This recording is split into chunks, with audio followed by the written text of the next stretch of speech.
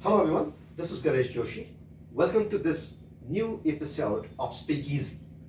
In this video, I will explain all my words which I have delivered in my last video. In my last video, I said that subject and verb, these two things play a very vital role in English.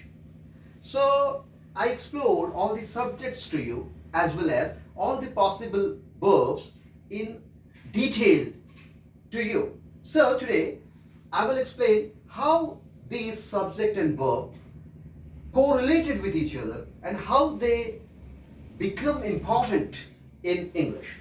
So let us start. So let me write a small sentence, that is, this is a horse.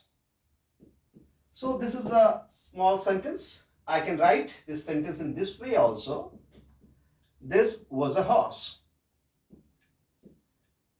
And in the same way, I can write this sentence. This will be a horse. There are three sentences written on the board, and I think that other than these three ways, we will not be able to write down these sentences. So just analyze these sentences. What these sentences are telling to you.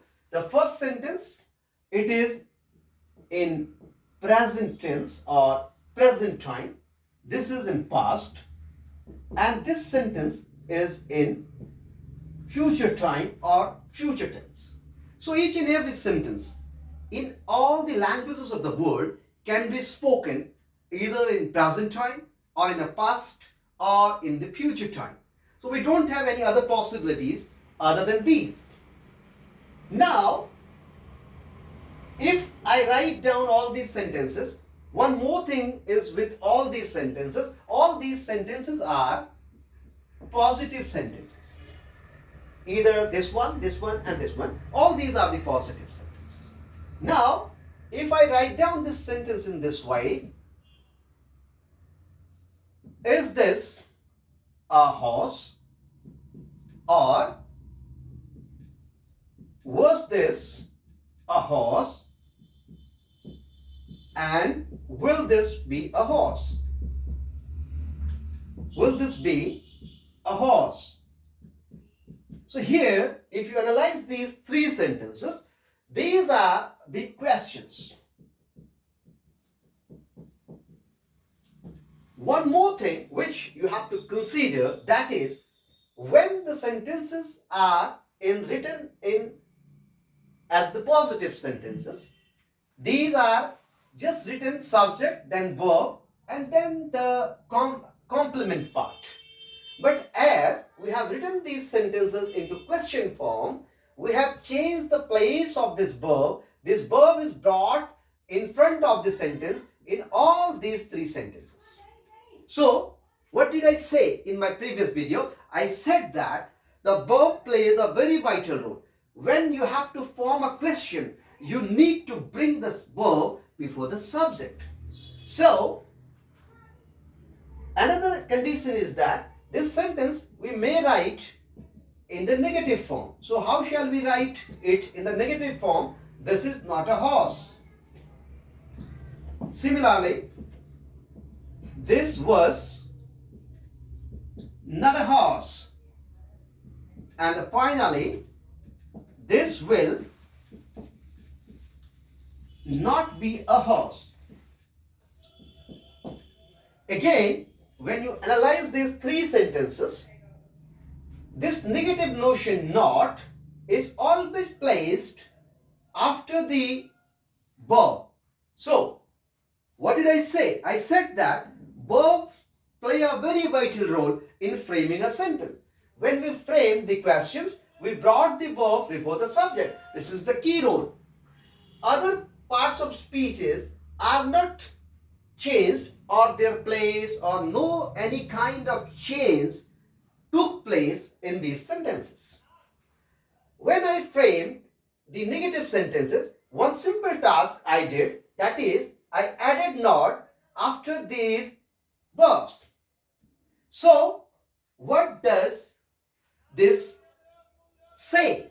This says that only with the help of verbs we can change the meaning and the format of the sentence. Now coming to the another important thing, that is the sentence which can be is interrogative negative sentence. So how can we frame an interrogative negative sentence? So same sentence I am writing in all its formats. This is a horse. This is not a horse. Is this a horse? Is this not a horse? Yes. This is a horse. No.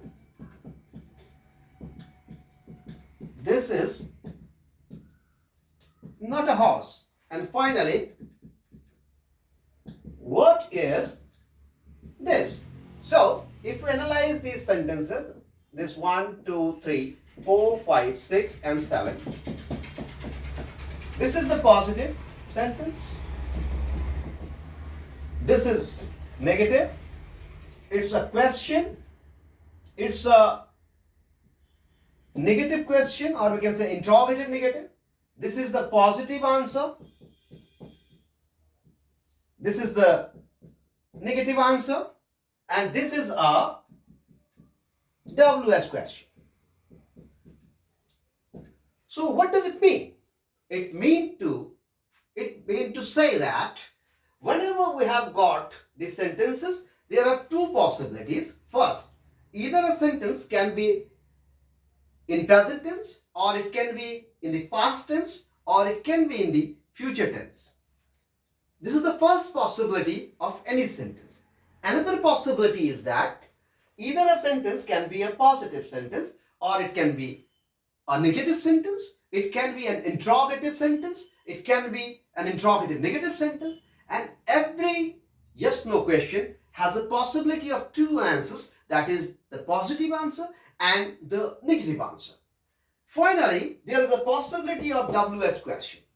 So, as a conclusion, we can say, we can speak a sentence into three different time zones or into three different tenses, and a sentence can be spoken by only these 7 ways. Either it can be positive, negative, or a question, or a negative question, or interrogative negative, or it can be a positive answer, it can be a negative answer, or it can be a WS question. These are the only possibility whenever we are framing a sentence. And this rule is universally followed in each and every condition of the sentence. So now, coming back to the topic, as I explored that, verbs play a very vital role. So all these sentences which we frame, these are only framed by changing the place of the verbs or by adding very few limited word or words after or before the verb. Thus, we can say as a conclusion, English is nothing other than playing with subject and verb. If we know how to play with subject and verb, we can acquire this language in a very, very fantastic way. So, I hope that you have gotten all these things in a very fine way. If you have got any question, you can drop a comment or you can make a phone call to us, and we shall try our best to give all the solutions of your problems. And one more thing you have to keep in mind, that is all our videos which we are publishing in YouTube, these are in a sequence. You must have to follow this sequence. Until unless you shall follow this sequence, you will not be able to get the things in a proper way. So keep on watching our video, and if you like all our information given to you, please like and share our channel and share with your friends so that we could be energized and we could work in more better way. Thank you. Have a nice day. Jai Hind. Jai Bharat.